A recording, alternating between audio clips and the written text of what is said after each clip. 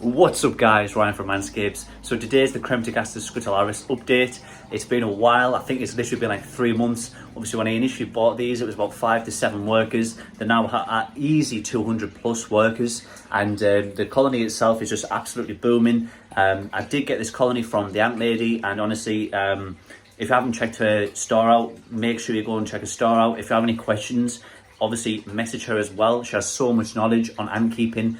But either way, we'll get straight to the content. I have had a little bit of a journey with these ants as well. There were certain things that went a little bit wrong, and then I had to rectify them, and they've just been the most resilient. And in terms of keeping ants, they are the exact ant you would want to keep as maybe as like a beginner species, things like that. But there is certain tweaks I had to make to get them in their perfect environment, or what I feel like would be perfect for them, to get it right. But regardless, we'll get straight to the content. As always from me, peace and love. I'm out.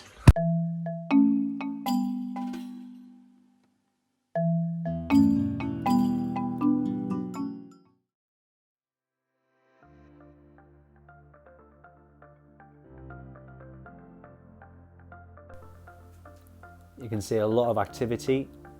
I actually wish I cleaned this before I filmed this, but it'd been a couple of weeks before I cleaned it, and with these ladies eating every few days, and a lot as well, I'll say, they do create a lot of mess. They are one of the messiest species I've had, but regardless, that's down to me just not sweeping all of that mess up out in the outworld. I did add soil in here, hence why there's a lot of black dots, because I added soil in, which I'll explain a little bit later on. But it didn't work out. They don't like springtails, so or didn't like them. I think in a natural setup it'd be different, but I'll explain that a little bit later on.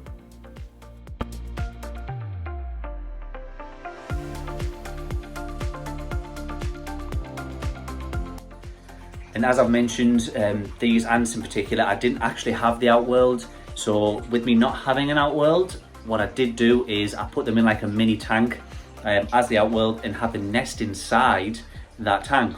What they then did is they actually got out of that nest and climbed inside the the humidity reader and temperature reader, meaning that they actually nested inside the outside of the nest. If I ever wanted to connect that outworld back up, which I knew I was going to, it was just a temporary thing whilst I got the outworld. So by the time I went to move them in a week later, they've actually all moved inside the temperature and humidity reader, which was an absolute nightmare to get them out of. In the end, what I did was I put that tub, either way, even if I heated the nest, obviously it's there. So I had to then take the humidifier out, keep that separate, heat the nest up inside the tank, get them to move back in. And even when I thought they moved back in, they weren't fully moved in. Not everything had moved out the nest. So they obviously had like a little mini satellite nest. Regardless, we got them out in the end. It was a bit of a chore, but I got there, and now they're absolutely booming, as you can see. And the frustrating thing is at the time I did lose about 15-20 workers from that ordeal, because when I was transferring them out, I wasn't sure which ones were in the nest, were out the nest, and honestly it was just a nightmare. And I did end up finding a couple of dead workers. There was about 10 dead workers near the heat mat on the other side that obviously transferred over, but for some reason didn't realise how hot it was on one side of the tank to where the nest was. And anyway, regardless, they're doing awesome now, and I'm really glad I've got them to where they are. I actually put that bogwood inside the mini outworld because they do naturally like to sit in oak galls in nature. So when I make the natural setup for these, I will be making sure that soil is predominantly cork bark, things like that. But regardless, I might try and see if I can get or source some oak galls and keep them in the setup sort of raised, because they do hang in them sometimes above ground as well, not just below ground surface level.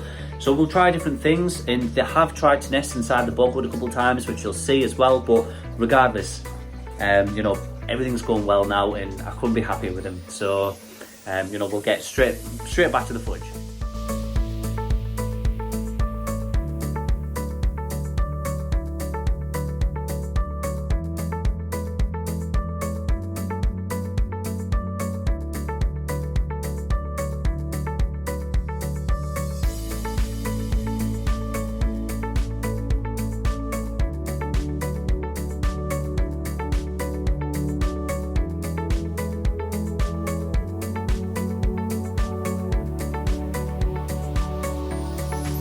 As you can see, the nest is booming.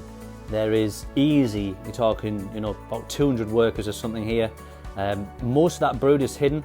That's just not in the nest as well. You've got all of this in the outworld. This is the bogwood I used.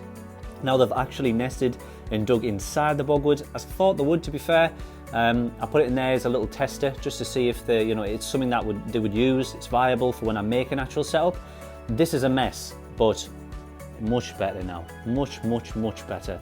Obviously, I had left it a couple weeks, a bit too long, but we'll take a closer look inside the nest. I'm going to roll some footage, and you can see that all the ladies in action. Massive brood pile at the very bottom there underneath.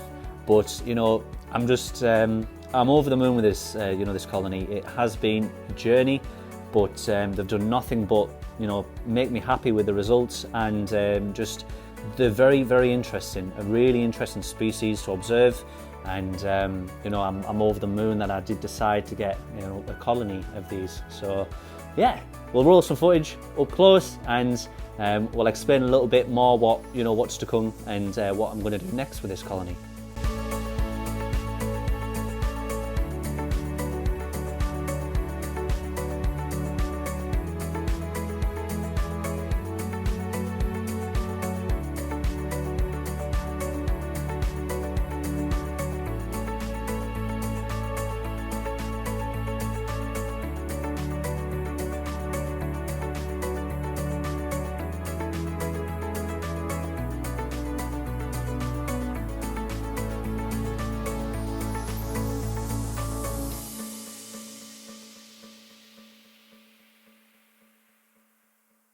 There's also a few mistakes that I made. One of them being that I added a piece of wood which essentially had some soil on still as well, so it made the outworld very messy. I assumed that they would probably get on with some springtails, so I put in a piece of wood which was literally filled with springtails, and I put that in. What they did was they just killed all of the springtails off. I don't know if that's because it's not in a natural setup and they haven't had a chance to develop that symbiotic relationship, especially if they were in the soil naturally and eventually then built up to that point where they can and will form that symbiotic relationship. However, I think the difficulty I had is that I just added this piece of wood inside the outworld, hoping that the springtails would maybe share the tunnels, share the water section, things like that, but they just didn't. The Cremtogaster just killed them all off straight away, used them as food, which is fine, regardless. It's, they're still going to eat some protein, but I wanted them to survive in hope that they could breed inside there. So I don't really think natural elements work well with acrylic nests.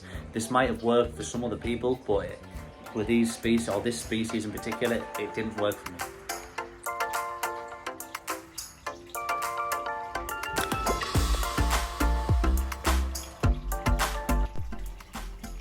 But these ladies don't stop eating. Honestly, I have to feed them every 2-3 days.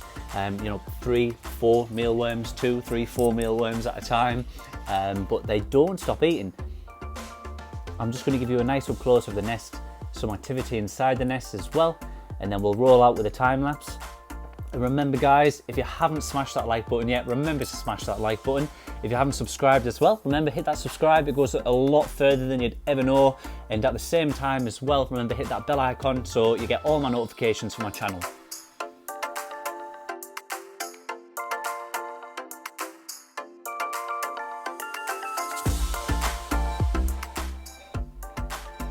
But as always from me guys, peace and love, I'm out.